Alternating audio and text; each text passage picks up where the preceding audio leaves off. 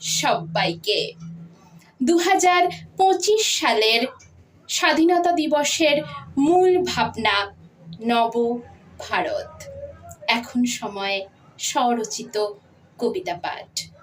কলমে দীপান্বিতা রায়, কণ্ঠে দীপান্বিতা রায়। প্রারম্ভ।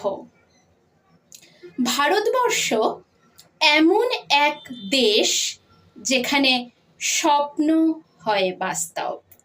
ভারতবর্ষ এমন এক দেশ যেখানে পরাজয় মানে হার।